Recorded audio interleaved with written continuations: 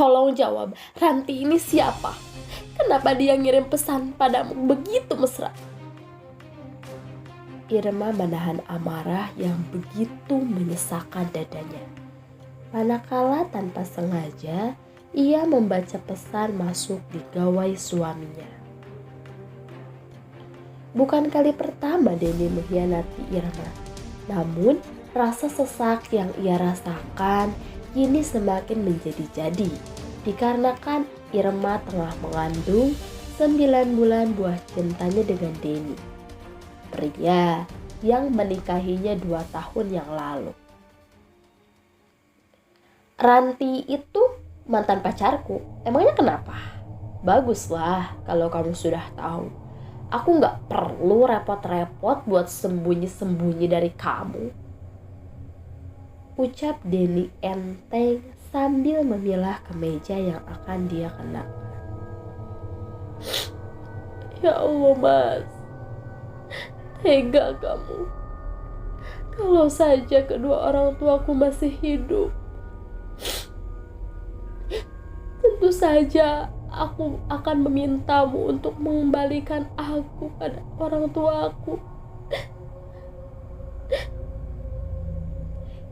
Denny tak bergeming dengan tangisan pilu Irma. Ia justru dengan santai menyemprotkan parfum ke kemeja yang akan ia kenakan. Lelaki macam apa kamu, Mas? Oh, memang lelaki seperti kamu memang pantas bersandurahan di luaran sana. Ya, kamu memang pantas, Mas. Ucapan Irma barusan membuat Denny kalap hingga mendorong tubuh sang istri menyudut tembok. Cairan bening mengalir bercampur darah dari sela-sela paha Irma. Melihat hal tersebut membuat Irma terkejut bukan kepala. Ia tak menyangka sang suami akan menghempaskan tubuhnya ke tembok dengan begitu keras, yang membuatnya pendarahan begitu hebat. Mas, sakit Mas, tolong panggilkan bidan Mas.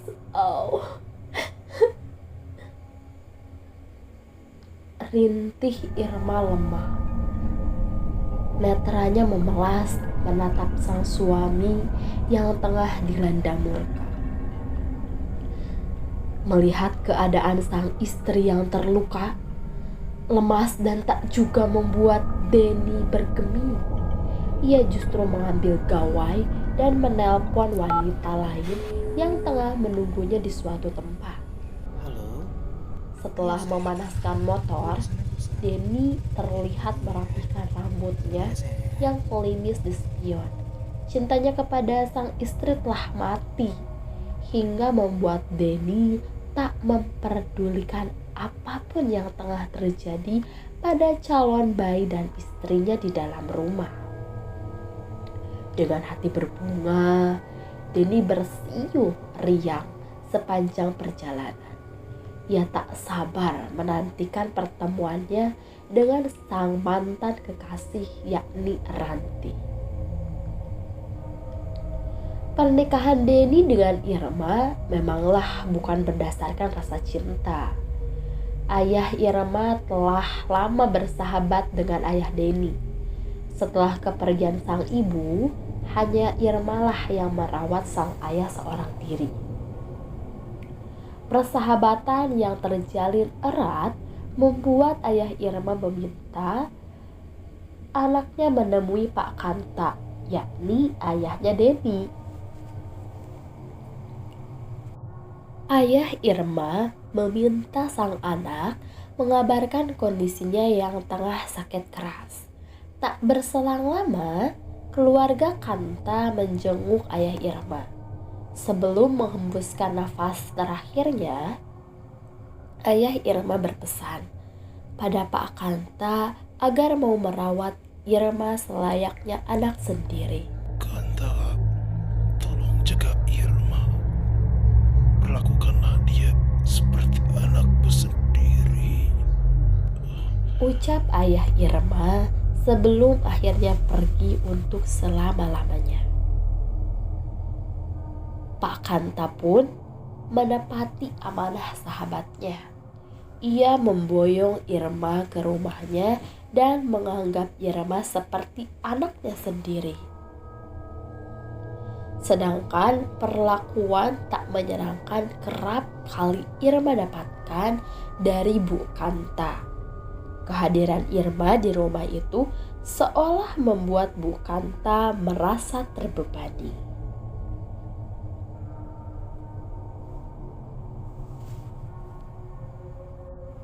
Pak, bukannya ibu mau nolak Irma di sini. Hanya saja omongan tetangga dan Pak RT tentang Irma di sini sudah menjadi bahan gunjingan. Ibu malu, Pak.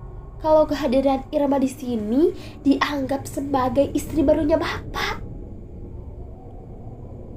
Ucap Bu Kanta sambil menyeduhkan nasi ke piring suaminya. Sementara Irma tengah mengaji di dalam bilik kamarnya sendiri tadi sore. Loh, biarin saja toh Bu. Ini kan amanat Bapak.